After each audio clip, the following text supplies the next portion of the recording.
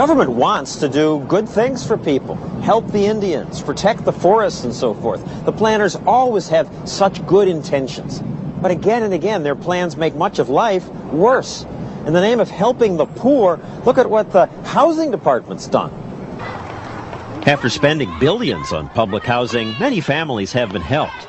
But too often, public housing looks like this. It's bug infested, it's mice infested. At housing projects all around America, elevators don't work, repairs aren't made. This has been like this for, I would say, about 2 months now. At this St. Louis building, an alarm sounds 24 hours a day. With no security and no locks, they just leave the doors wide open. Now, every administration has said they'll do better. Both the current and last administration said they want to do more. Let's help you build a better life for you and your family. For years, Housing Secretary Andrew Cuomo has handed out giant checks and issued press releases saying Cuomo makes the American dream achievable. Cuomo awards $10 million. How arrogant. It's not Cuomo's money, it's your money. Let me give you a safe, clean, decent place to live. Did he?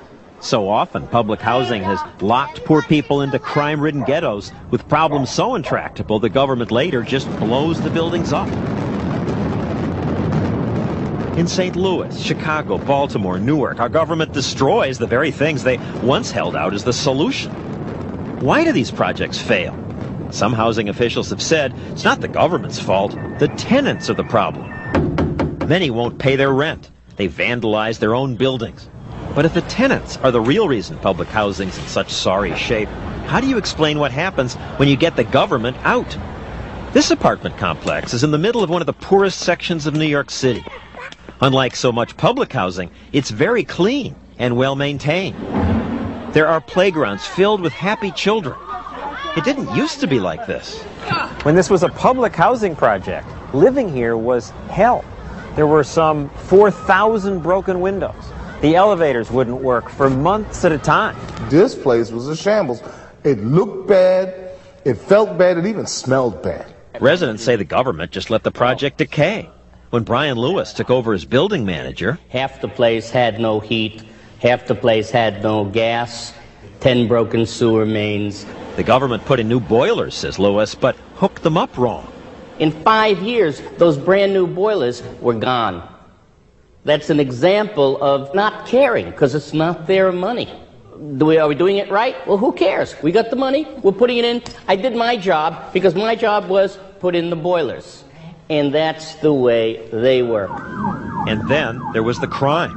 We identified 132 apartments that were controlled by drug dealers. They had nicknames for this place like New Crack City, Ambush Alley.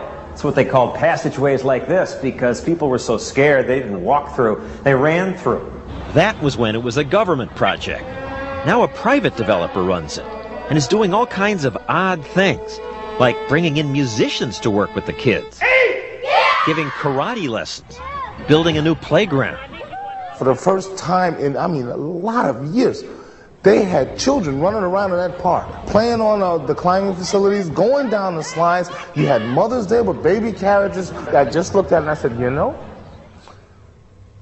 this is becoming a community again. Under private management, everything changed.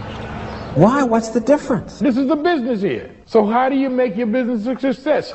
You find out what your customers need and you cater to them. Right. You give them the things they need to make them continue to be good customers. It's dollars and cents in his pocket. The man he's talking about is Harley Frank, who, when we visited this summer, was the owner's rep. Harley knows they'll make more money if the complex has a good reputation. That keeps him working on the buildings, then negotiating with tenants. You want me to close the park? Harley had been considering the kids' request for new lights and bleachers by the basketball courts, but only if the pot smoking by some of the kids stopped. I need weed.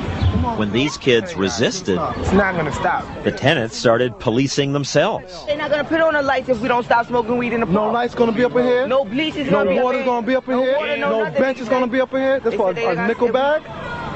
Come on, man. We never had this. We got it now. We can't let this go. How would you like it if every one of those guys knows that we're closing the park because you're smoking? Would you like that? No, I can't have it where we're walking down here and I'm smelling weed. It just can't be. And we work with you. We can't do nothing, you know what I'm saying, but work with you. Why can't this passion come out under public housing? Because in public housing, there's no motivation for it. People are civil servants. They get paid at the end of the week, whether they do their work or not. Now, of course, there are civil servants who work hard, but overall, government's record at providing goods and services is not impressive. We assume government has to be in charge of so much.